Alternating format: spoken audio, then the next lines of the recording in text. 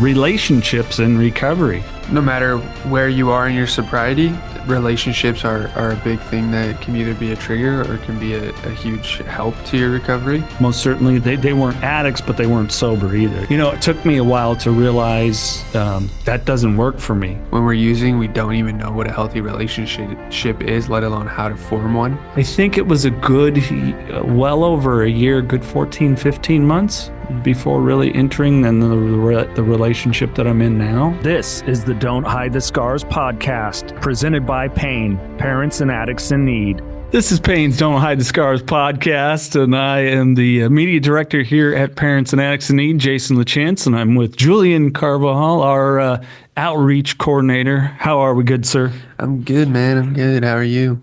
I'm good. We're well into 2025 here. The month is, my goodness, it's already flying by. We're almost like a 12th done with the year. But we had a topic that's been coming up for us because some other people in recovery have had this challenge recently, but relationships in recovery. And not just the romantic ones, but all of them in general. But I think we're going to probably focus a little more on the romantic ones and the challenges that really come with that, because they're in abundance. They're in abundance. Well, that's for sure. And, I think most people in recovery know that there's these unspoken rules. Well, they're spoken between sponsors and sponsees usually. But, I think that no matter where you are in your sobriety, relationships are a big thing that can either be a trigger or can be a huge help to your recovery. A lot of people say that the opposite of addiction is connection. Yeah. What is connection besides making relationships with people? So I think it's really important to talk about what healthy relationships are, how to maintain healthy relationships, how to learn to grow into a healthy relationship. Because I think all of us, when we're using, we don't even know what a healthy relationship is, let alone how to form one and maintain one. And, I know from my own personal experience, that's how it was. For me, everything was a manipulation to get what I wanted, And I think to a degree I was capable of having genuine relationships with people. I think overall the relationship was clouded with poor judgment on my part and manipulation and other things like that. But I still had moments where I was able to connect with people on a deep level. Yeah. But being able to maintain that throughout the entire relationship is really important. Yeah. I mean, there's the two sides of the coin. I mean, as you mentioned, let's take the addict, and if the other individual isn't also in addiction themselves, then there is a definite codependency that is there. Regardless, there's a codependency. If it's two addicts, one person isn't, the other is. There's all these weird dynamics that are present there that, for me, it was a huge challenge, that dating and sobriety, because, the area that I lived, women that I was meeting, most certainly they weren't addicts, but they weren't sober either. They were quote unquote normies. And for me, it took me a while to realize that doesn't work for me. Yeah. Like I not that my partner now, she doesn't drink, not that she's in recovery. It's just not something she does. And it took me a while to realize, okay, I know some people that's not a huge issue, but for me, it really was. Mm-hmm. It very much quickly was a justification process. Well, you can, so can I. But it was always hidden. Yeah. It wasn't a situation, well, you can, so can I, I'm going to with you. It was, you can, so can I, I'm going to hide it. Thus, I'm going to create an even bigger barrier here. But at the same time, there was a weird, from their side, an intrigue that was still there. So it was an example just that it was dysfunction from the start. Yeah. And it took me a while to get that. And I really had to get some good time. I think it was a good, well over a year, good 14, 15 months before really entering then the relationship that I'm in now. So, it's tough, man.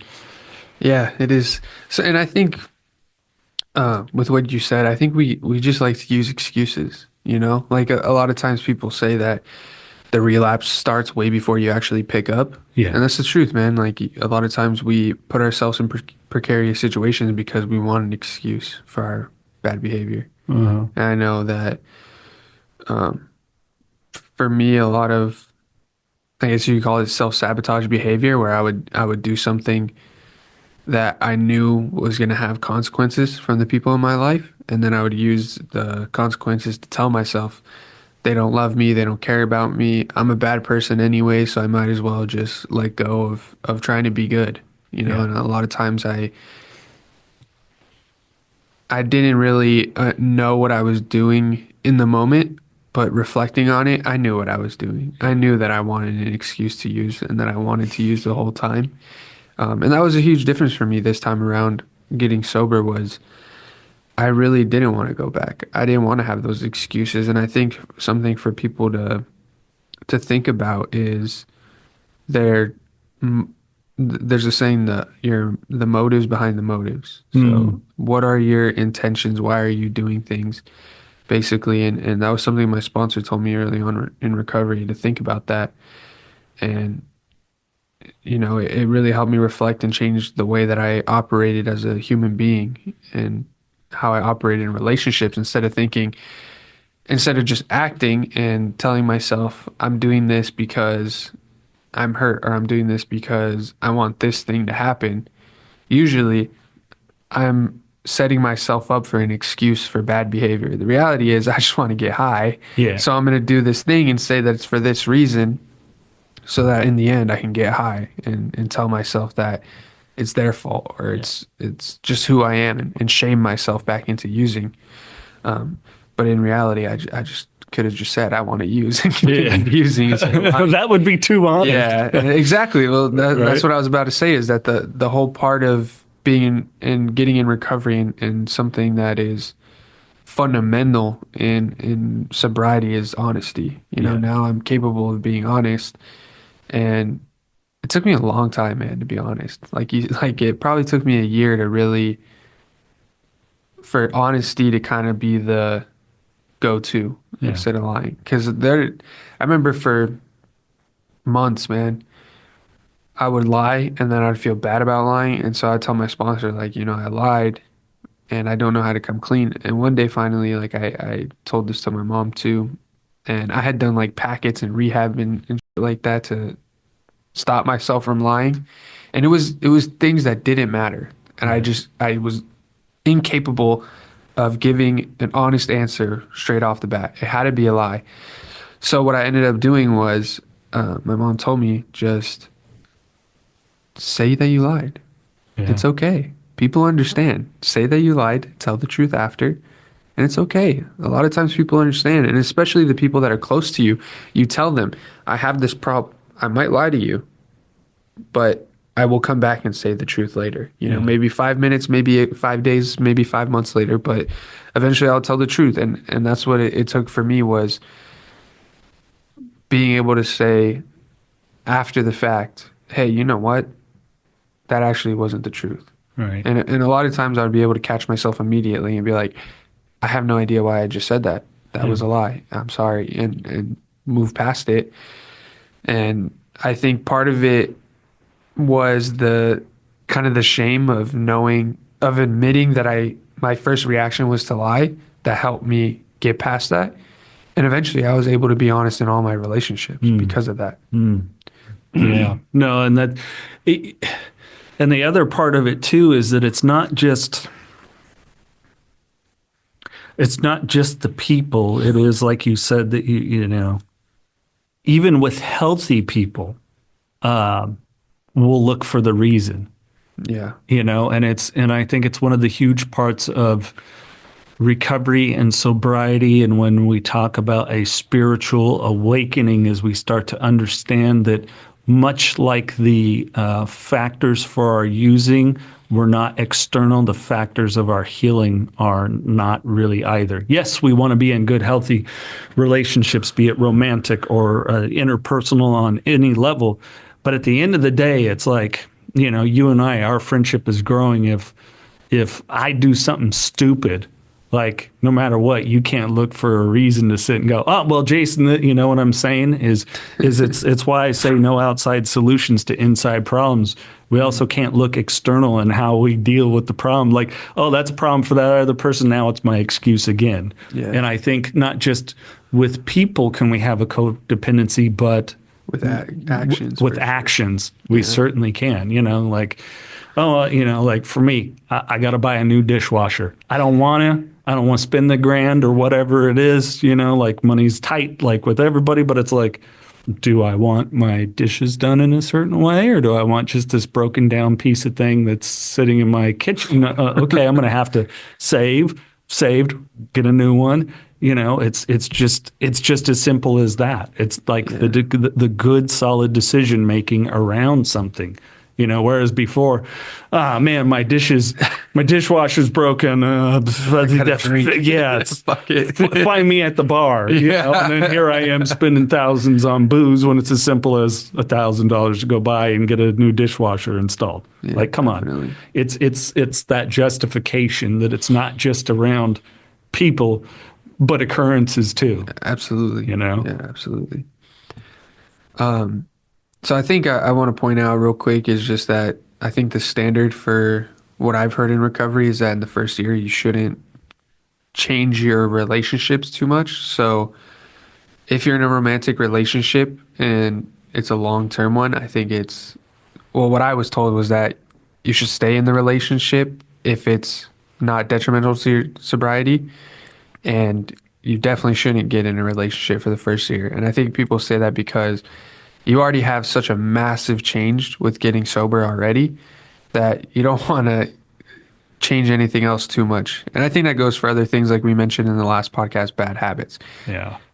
New Perceptions North, the premier drug and alcohol treatment and recovery center in Central California. A full continuum of medically supervised top quality care with programs for detox and patient residential treatment with dual diagnosis, intensive outpatient treatment, sober living support groups, and more. New Perceptions North provides adult men and women with the highest caliber of professional health care, treating each client with compassion and respect, in a safe, comfortable environment to begin the process of recovery to proudly create and sustain a life without addiction. Call 559-978-1507 or visit newperceptionsnorth.com.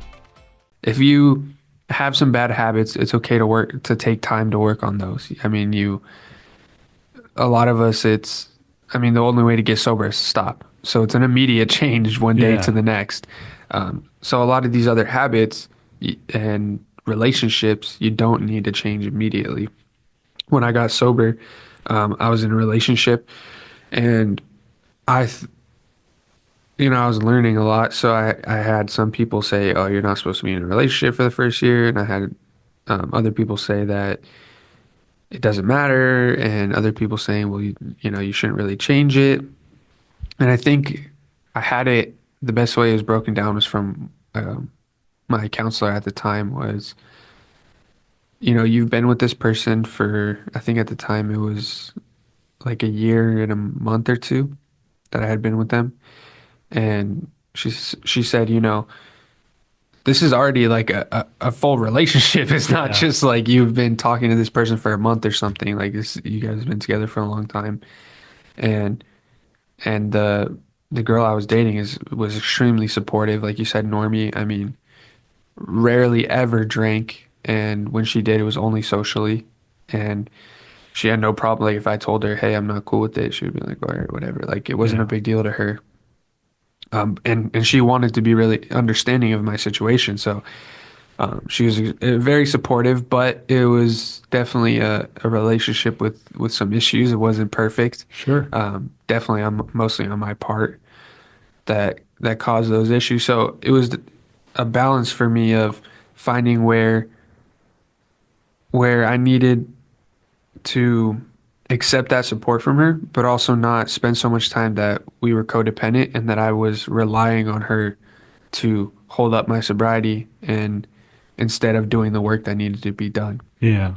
So I think that it's definitely a case by case basis.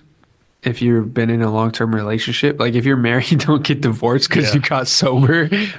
Or if you're living with your baby mama and you've been with her for a couple of years, like you shouldn't end that relationship because you got sober unless it is a direct detriment to your sobriety. Yeah. So And that might take some time to examine. Absolutely. I mean, I've seen it numerous times of people that have gotten sober.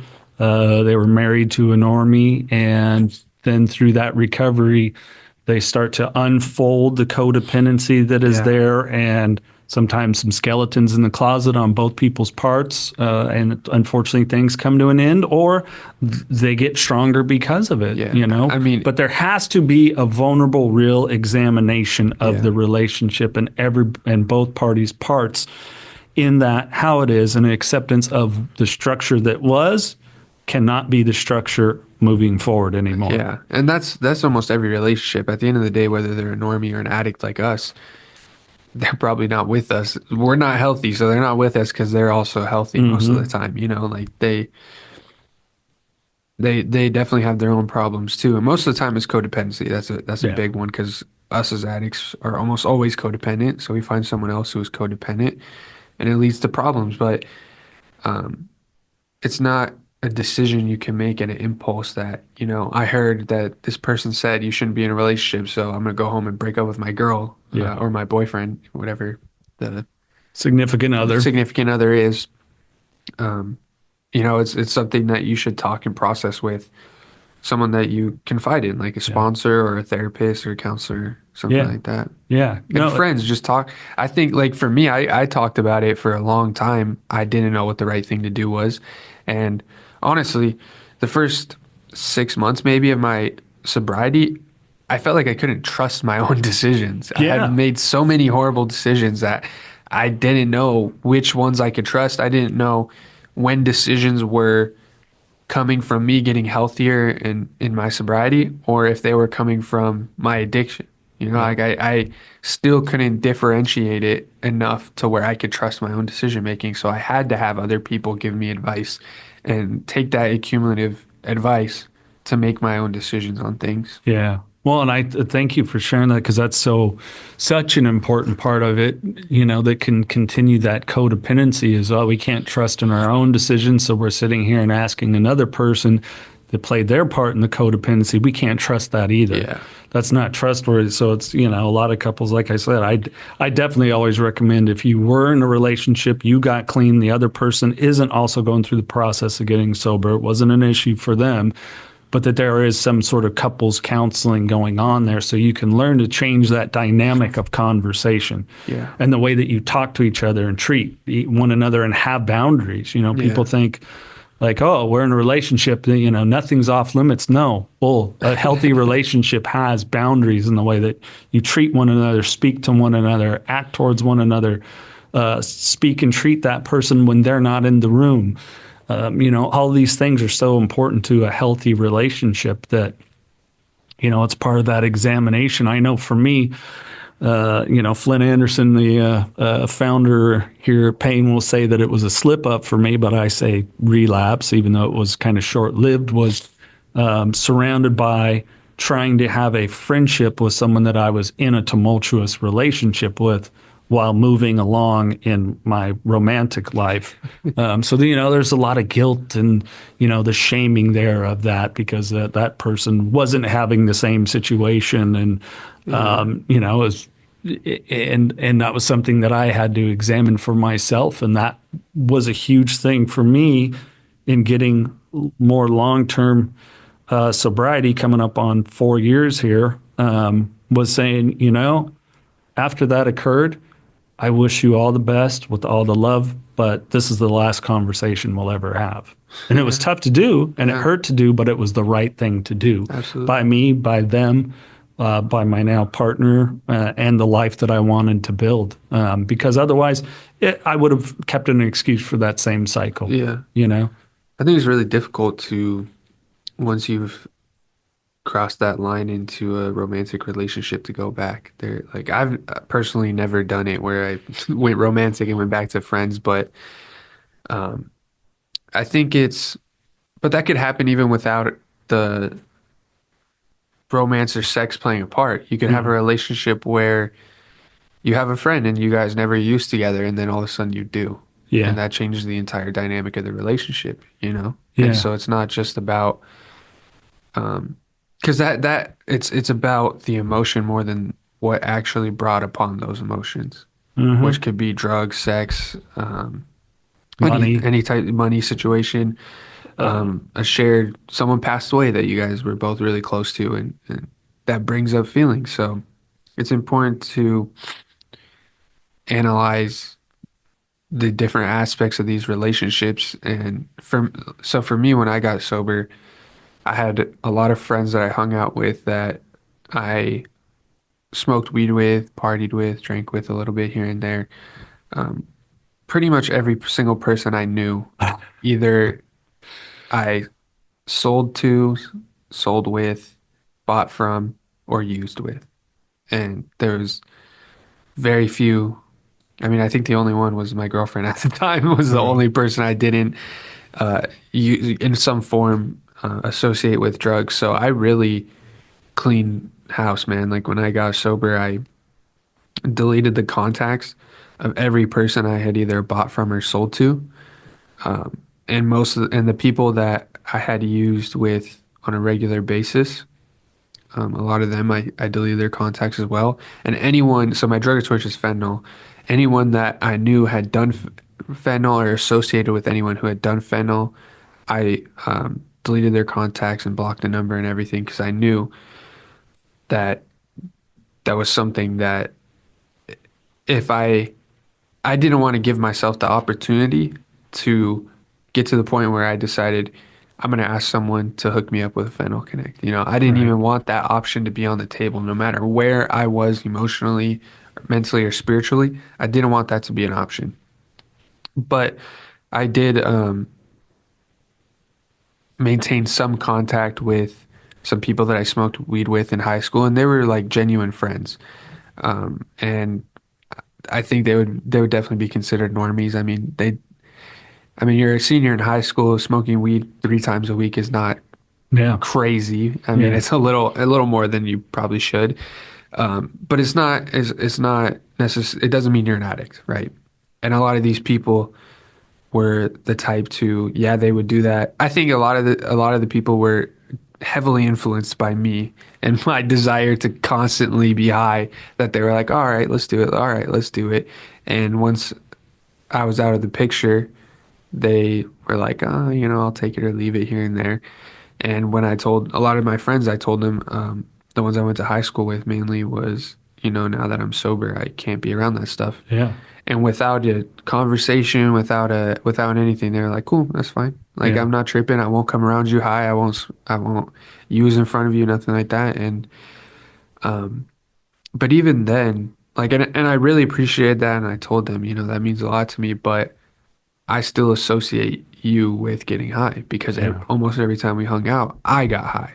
Whether you did or not, I still was. And I think it's important to know that boundary is available for you. Because most of my friends were good friends and said, you know, we miss you, we want to hang out, but they wouldn't push it, you know. And I had some friends who were like, damn, bro, you changed. Like, oh yeah, you got sober and you left us, you're a fake friend, blah, blah, blah. And I had a lot of people who said that. And I was like, man, dude, I could see the dysfunction in you, because I just need some time to gather myself, bro. Yeah. Like, I was on the verge of death.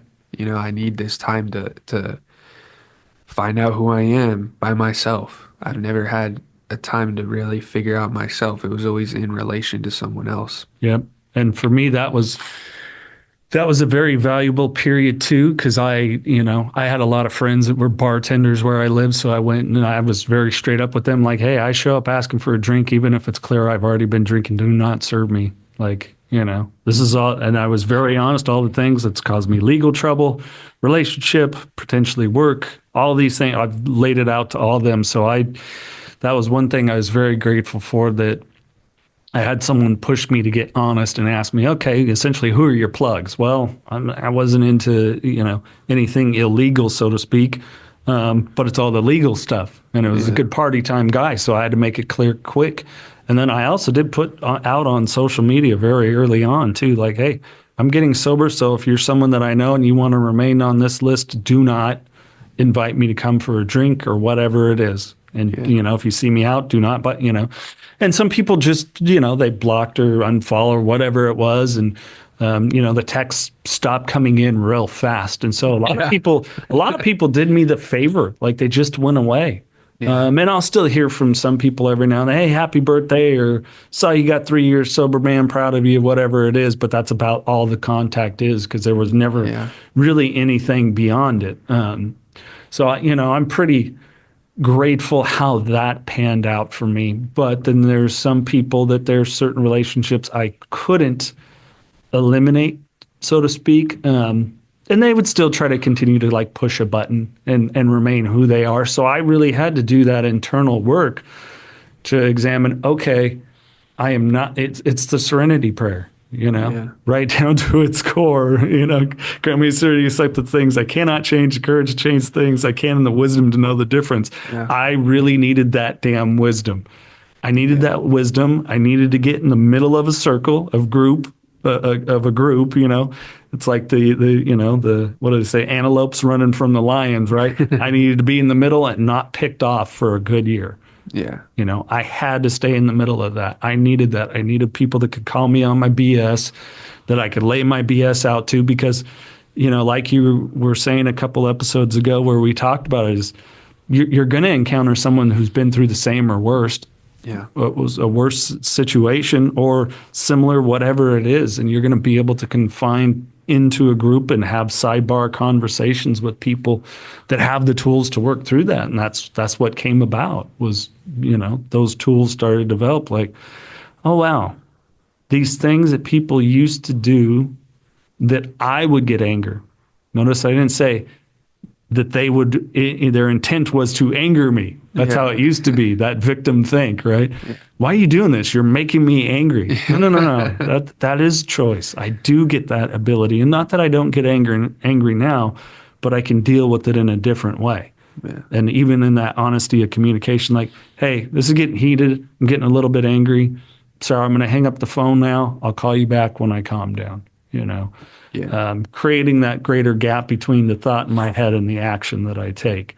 But it took me that time. I needed that. I needed that difference. And for me, with the romantic relationships, I needed a situation where a woman wasn't going to use her sexuality in the moments where maybe we weren't connecting to manipulate the feeling of it all. Like that, booze and that went hand in hand for me, and I needed a huge distance from that. Yeah, and that was a hard thing to be able to examine. Like, I still have these very deep underlying issues, and I need to be able to be, if I'm going to be in a romantic relationship, I need to be able to be honest with someone about that. That it's not only that they're not judging me, but that's a part of me they can love as well. Yeah, and it's tough. It is. It's definitely difficult to find the balance in between these things, and I know for me it was really difficult because I am definitely that kind of people pleaser where I want everyone to like me because of the way I felt about myself. So it was hard for me to hold that boundary of saying, I need this time for myself, whether it was with friends or a girlfriend. I needed to say, hey, like, I know you want to hang out, but I got to go to a meeting, or I just can't hang out with you right now because no fault of yours. Like, I want to get high when I'm around you because I got high when I was around you all the time, and it's a trigger. And it's not, and I think it's hard for a lot of people to understand when they haven't done any self-searching for themselves, is that they can't understand why you can't just shut off that thought. They think that you're controlling it, that you want to associate them with getting high. And it's like, nah, man, like, we had a lot of good times where it had nothing to do with getting high. But because all those moments we had together, I was high, whether you were or weren't, it affects the way that I see the world and I see you. And I think it's important to remember that this is a life or death situation. Mm. And if people are offering you alcohol or drugs, you have to think about it as this person's trying to kill you. Mm-hmm. And I think that was something someone told me. I think the first time I tried to get sober. And at first I thought it was kind of dumb, and then it started to make sense to me. And I was like, yeah, dude, like I've overdosed 4 or 5 times on opioids. Like if I continue using, I'm going to die. And whether that person's intention is to harm me or not, it is a death sentence to offer me drugs or alcohol, because I will go to the point of no return and to Mm-hmm. the point of death. And being able to explain that to them, whether they receive it or not, is really important, because you need to be able to say your piece to people, whether they're able to hear it or not. Yeah. Because sometimes, like I said before, you need that detachment, like you just said, from your emotion. So maybe at the moment they feel it really intensely because they're like, man, I thought we were close friends, and now I feel like you're betraying me. I feel like I'm losing you as a friend.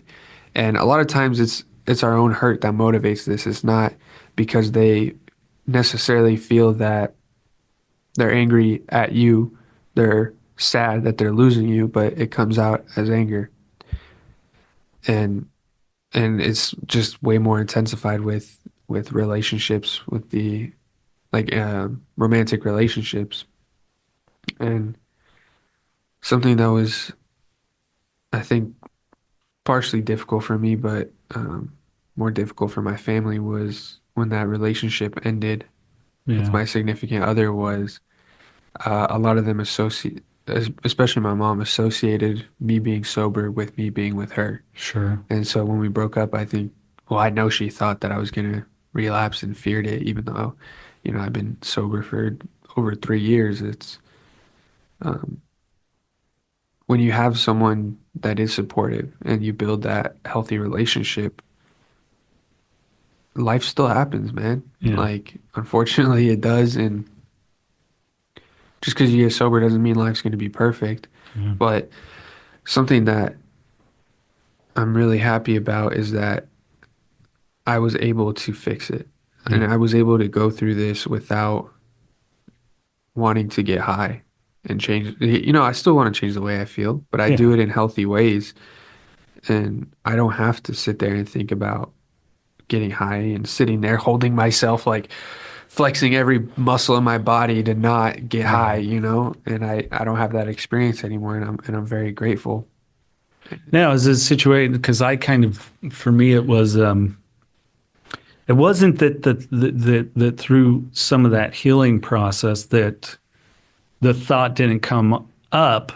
It's just my brain really rapidly turned Yes. to the negativity of it. Like, Yeah, I've thought about it for sure. like you were, it would feel nice to not feel right now. I think yes, that often, honestly. sure. I don't want to feel this right now, but I know, or I want to get high right now, but I know it's because I don't want to feel what I'm feeling, and there's other ways to not feel it so intensely Yeah. right now. Right. And because I've trained my brain to process things that way over the last 3 years, it's almost immediate. Like, I think I want to get high. Well, I know why I want to get high Yeah. right after. Yeah. Okay. Yeah. No, thank you. That's what I wanted. But it's not like I think some people, I used to think when I got sober, like it eventually just goes away. Because Right. I hear people in meetings say like, oh, God lifted the obsession. Right. So I thought, oh, these people are freaking like, don't even care, man. They're going through life with no worries. Right. And I'm over here like shaking in my chair in an AA meeting, like biting my fingers off, trying not to get high right now, like trying not to storm out of this room and go find the first homeless person and rob him for his drugs. Right. That's how intense the feelings were for me at the beginning. But after a while, I understood. It doesn't mean that these feelings and thoughts go away. Sure. We're not numbing ourselves anymore. We're learning to deal with it, and that's a completely different experience than anything I had ever known before. Yeah. Well, and for me, the best way I can convey it when I've been asked about that, do you have the obsession? It's like, for me, it does. That obsession came with delusion, And my brain quickly, if I thought about, boy, it'd be nice to go have a drink after all the stress that's going on, it takes me about a nanosecond to remember how sick I will be, like that quick, because it wouldn't take me much time. Yeah. I would get back to pounding a bottle on a 12 pack, and right, it's like I immediately feel the sickness in the thought. Yeah. And to me, that's like where the obsession killer is. There's not, it's very rarely thought about. It's more of when somebody, I might be in a setting, they're like, oh man, I could go for a drink. My brain immediately goes, that is the most disgusting sounding thing on the planet. Like my brain, it will shift that quick to knowing how mentally, emotionally, physically, and spiritually ill I will be. It is so rapid. And so for me, that is that killer, when that killer of obsession started. Like there is no obsessive thoughts. There is no joy around it. There is no, it would be nice. There is no reservation, And I think that's what people maybe need to understand is some people, they get to a point they never even, it doesn't even come up really. But for me, that is where it is that the obsession is gone, because the delusion around any of it is gone as a solution, as a reprieve, as anything other than what it is. Like you said, that's death for me. Yeah, and that's what obsession means, is that, constantly thinking about it, delusional thoughts around it, having no control over what your perception of that thing is, And so the obsession being lifted doesn't mean that it's completely gone. It just means that it's not so intense, It's not a constant thought. It's not your only solution. Yeah. And I think that's the biggest thing for me. I think around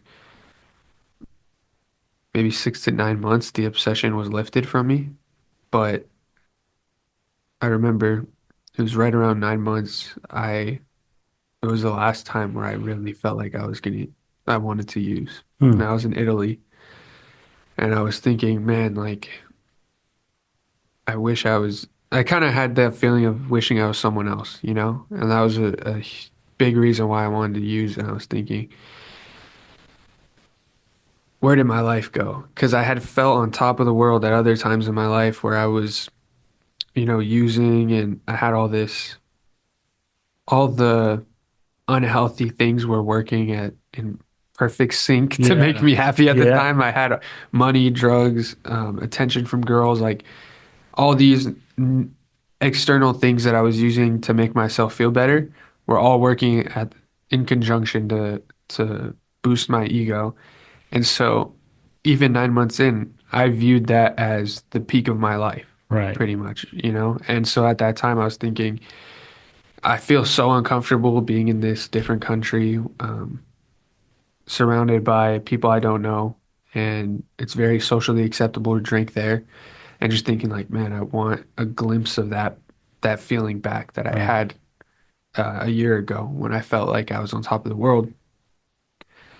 And it took me some time to really process like the delusion in that thinking.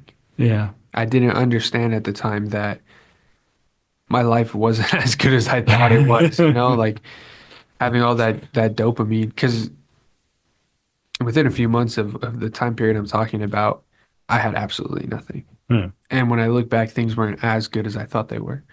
Like, yeah, I had attention, but what really was it? Like, I wasn't making real money that I could use anything with. I was making money selling dope and using dope. That was pretty much it. That was all my money came from that and back into that. This is what we call bad money. Exactly. And so it's like I didn't really have anything that could bring true value to my life long term. Yeah, the people hitting you up was to use to get their fix, to use you, you to use them. It was all transactional. It's all, And realizing that these people didn't care about me. They cared about what I could provide for them. And that's been the most fulfilling thing in recovery, is building relationships with people that genuinely care about who I am and not only what I can offer them. They genuinely care about my friendship because I'm a good person to them. I Yeah. treat them well. I'm nice. I'm there for them, and they're there for me. Yeah. And Well, and I think the other side of that coin is not just they treat you a certain that way, but that you yeah, you're treat that capable of way. treating them the same way. And that they're accepting of that, that Absolutely. there's a reciprocation of that. That's such an important part of just interdependence. Hmm. Like you bring value to one another Yeah. in a positive light. And it's tough to navigate, but you got to give it time. Yeah. It's such an important part. Like all of your relationships, anyone that's newer to recovery or family member of a loved one, is all those things can be, I don't even like the word rebuilt, can be built anew. Yeah. You're trying to build something new that's different, and let that be exciting. Yeah. Like that unknown of it and how it's going to unfold. Because I don't know about you, the longer I have recovery, the more that my life is unfolding in weird ways. Like I couldn't have even written it.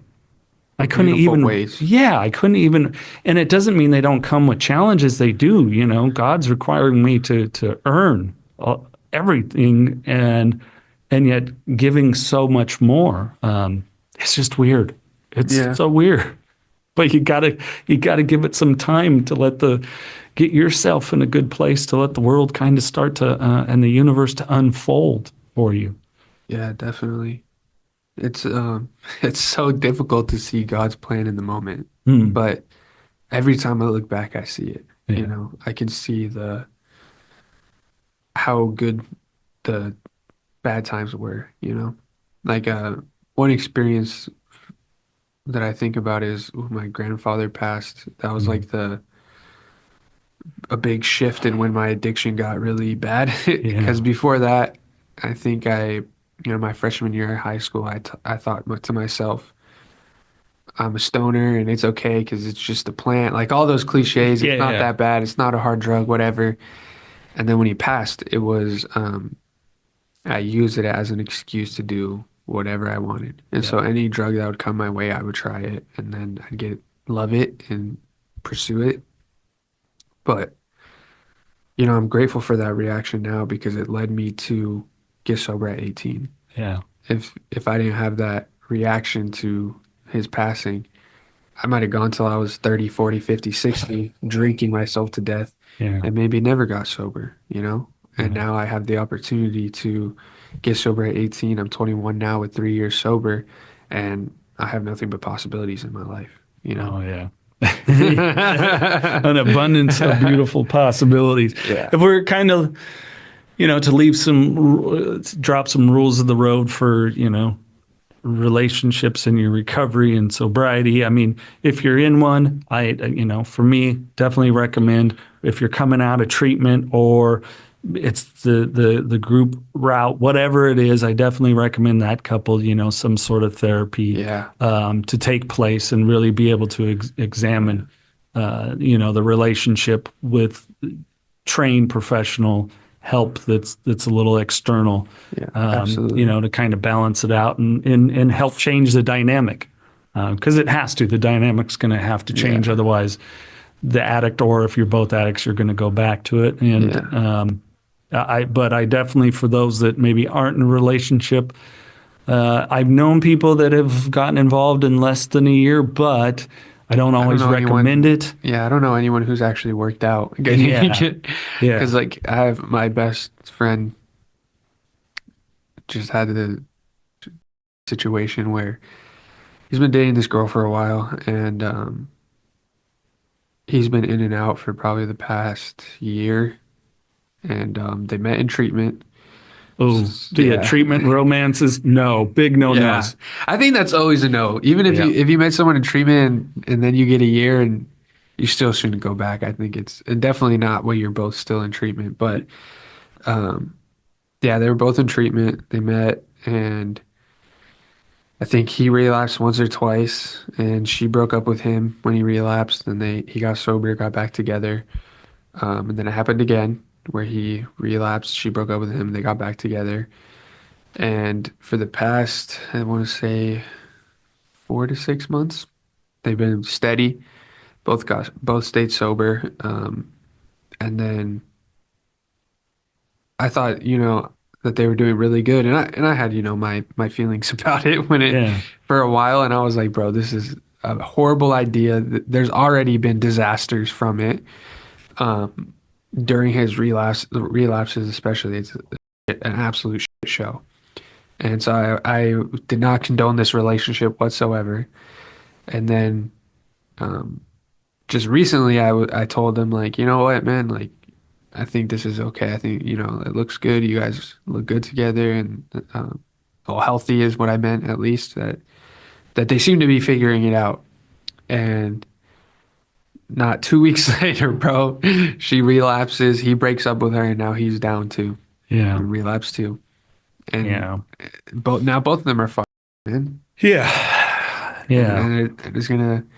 I mean, I pray every day that they make their way back. I don't know her all too well, but as an addict, I pray that she figures out her way, and I pray that they stay away from each other, Yeah. man. Because I definitely think that they're both of them are their own worst enemies in this situation. Like, I know they care about each other, and that they're very supportive of each other's recovery, and that they're there for each other, but it's also a very codependent relationship. Yep. To where I thought he was doing really well because he broke up with her and was making that decision to go out on his own. And now looking back, I realized that he did that and then used it as an excuse to relapse as well. Yeah. Yeah. Just like Sometimes we the were talking about earlier. best way you can love is from afar. Yeah. And that's something I've experienced with myself recently too, is that for the majority of my sobriety, the vast majority, I was in a relationship, and even though it's really difficult to get past that, it's a new opportunity to find out who I am on my own. And even though I was able to do that in the relationship, I was able to set boundaries and develop my own personality sober apart from her. It's a totally different experience when you are completely separated from that person than when you set up boundaries to be able to develop your own person, and it's uncomfortable, but I know, what do they say? The pain is the touchstone of spiritual growth. Yeah. So Well, and that's I commend you on that, being able to do a self-examination and an examination of the relationship and what each individual would like out of life and a relationship, and going, I'm not that for you. Like, it's such an incredibly mature thing to do. And it's so difficult, but it's so wonderfully responsible. And like I told you before, that is so incredibly loving of that other person. That is so selfless. And we have to get the there. situation Yes. more deeply than I'm willing to share online, but no, and same, and having been through that too, that like I was saying near the top, that severing of that friendship of someone that was a prior, it wasn't a malicious thing. It was a love for them and myself, exactly. especially my future self I had yet to meet. And whatever their life has brought them, and I hope it's all great, wonderful, beautiful things and prosperity through hardship and all those things. So and it's good to I thought that relationships had to end when shit hit the fan, you know? Because every relationship I had ended when I did some wild shit, and the other people get upset and they don't want to be around you anymore. Every single relationship I had throughout, I mean, probably 7th grade till maybe 19 years old, because even after I got sober, I still was that person. But all those relationships ended, almost all of them was because of either something I did or something they did that I reacted to. Right. And, this relationship is the first one to end on good terms. Right. And I think, honestly, it's so much better. Yeah. And it doesn't have to be this big fight and tear at each other. And I think, because I used to think, unless we have this huge fight as friends or as partners, why are we breaking up? You're giving up on me if you don't want to be with me through my bullshit, basically, you know? And sometimes, especially when you get sober and when you're so young. I mean, being my age, you develop so much whether you're using or not, and you add addiction on and recovery on top of that. Like I've changed dramatically in the last 3 years, like couldn't imagine before. And so it's okay for people to grow apart even, and sometimes like it's temporary and sometimes it's forever, but it's good to be able to take that time to yourself. And honestly, man, like I really thought I was scared to be on my own. I was really scared. I didn't think it would be as easy as it is. And I say that it's not easy, but I thought it was going to be a lot worse, you know? Like I underestimated my ability to console myself. Yeah. Well, and I think it's the without a net, you know, in having the right tools and support and everything else around you. Like for instance, and you know, we'll wrap up here, but I was the host, producer of one of the top 10 addiction recovery podcasts in the world. And that came to an end at the end of last year. And the gentleman that it had the ownership of it, it wasn't that our relationship soured or whatever it was. He just decided it's over with this. And it was, you know, a lot of people have been like, hey, are you doing okay with that? I'm just like, I had no ego in it. Guys, like, no, I'm fine. Like, it led me to other places of prosperity in my life. So I just have to embrace the whole thing. Like, I'm not attached to, oh, if you aren't listening to me and knocking doors down and acknowledge, you know, it's like, no, it did a beautiful thing and we helped some people and, you know, got people in treatment to develop my friendship with Flynn Anderson and then the working relationship here at Pain and all the wonderful people we've helped through here and all these. It's like, no, it's okay. It led it all to where it is. And I think that's about, you know, not that I don't have rough days. Today was a little actually kind of a rough morning for whatever. Just felt a lot of different things, but it was like, I'm in a good place. I like the guy in the mirror. And, you know, this is just how we get to where we process. And these are circumstances of life, you know. And again, I don't know what the future is. But I'm certainly not going to do anything to make it darker. It's when you take ego and pride out of the equation, it becomes a much simpler issue to solve, you know, and it's normal to feel loss for a project, person, whatever it is. And mourning is human. It reminds us how much we loved and cared. Yeah.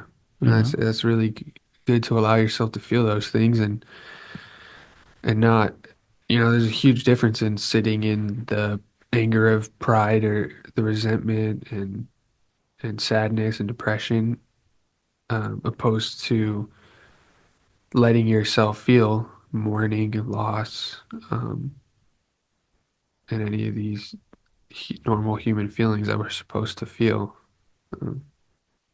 That you're supposed to, you know, as long as you moderate yourself, that it's okay, you know, and that you should feel these things. You know, I don't sit here and cry all day, but I let myself feel it when I'm down. Yeah, absolutely.